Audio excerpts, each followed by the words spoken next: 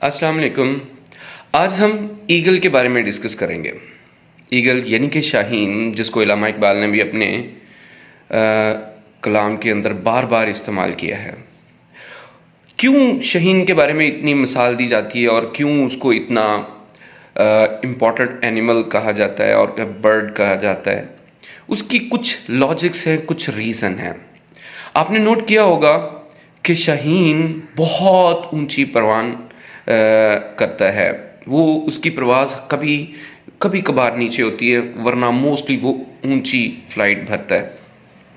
और इसके अलावा आपने नोट किया होगा कि ईगल जो है वो उसकी आइज़ बहुत तेज़ काम करती हैं और वो दूर से ही अपने शिकार को देख लेता है और तेज़ी से झपट पड़ता है उस शिकार के ऊपर।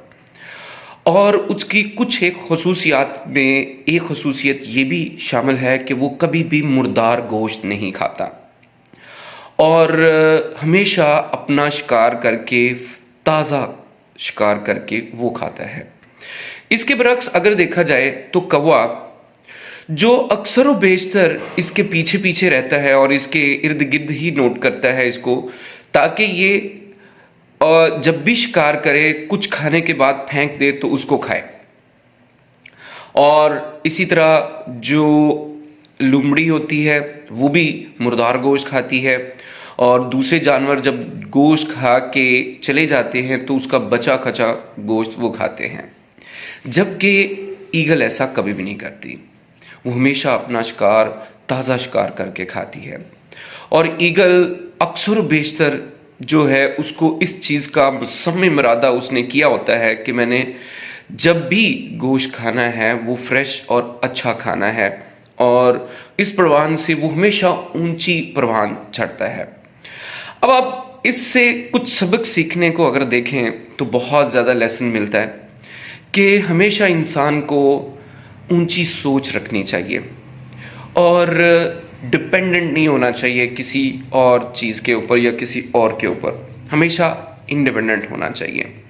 ईगल हमेशा जब भी घोंसला बनाता है तो वो बहुत ऊंची जगह पे बनाता है और इससे ये भी साबित होता है कि उसने अपने बच्चों को सिखाने के लिए और सबसे ऊंचा बिठाया होता है, ताकि वो जब भी अपने आप को देखें तो पूरी दुनिया उनको नज़र आए कि ये हमारी दुनिया है।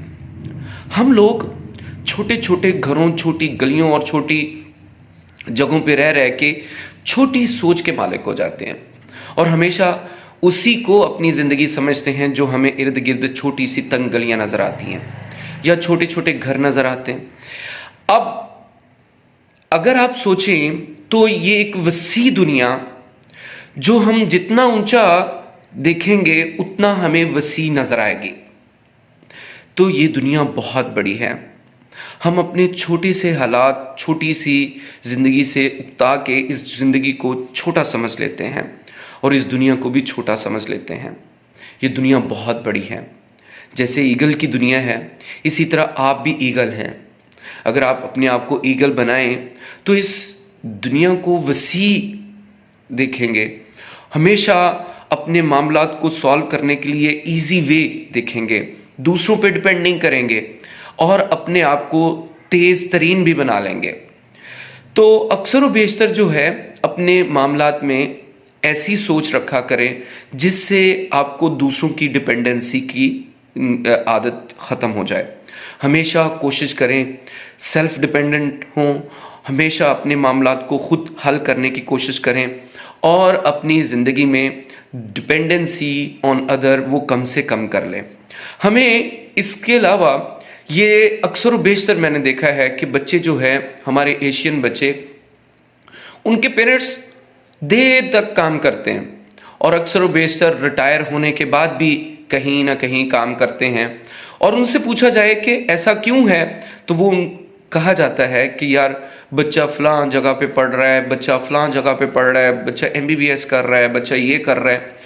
तो ये कितनी ही अफसोस की बात है कि हम अपने पेरेंट्स पे सारी उम्र डिपेंडेंट रहते हैं, सारी उम्र उनसे जो है वो खर्चे लेते रहते हैं। और अक्सर शादीशुदा होने के बाद भी कई पेरेंट्स जो होते हैं वो अपने बच्चों को फेवर देते हैं in terms of financial support. ये बहुत अफसोस की बात है। तो प्लीज़ अपने आप को चेंज करें। आजकल का एक मीडिया आपको लर्निंग बहुत सारी वसी किस्म की लर्निंग अपॉर्चुनिटीज़ भी देता है, और इस अपॉर्चुनिटीज़ को अवेल करें और ज़्यादा से ज़्यादा अपने आप पे डिपेंड करें बजाय कि दूसरों पे डिपेंड करने के। और आपको हमेशा बहुत सारे मसाइल का हल इन्हीं चीज़ों से और इसी आदत से मिल जाएगा जब आप एक दूसरे से डिपेंडेंसी छोड़ देंगे और सेल्फ डिपेंडेंट होना शुरू हो जाएंगे। जज़ाकुमुल्लाह खैर। अस्सलाम वालेकुम।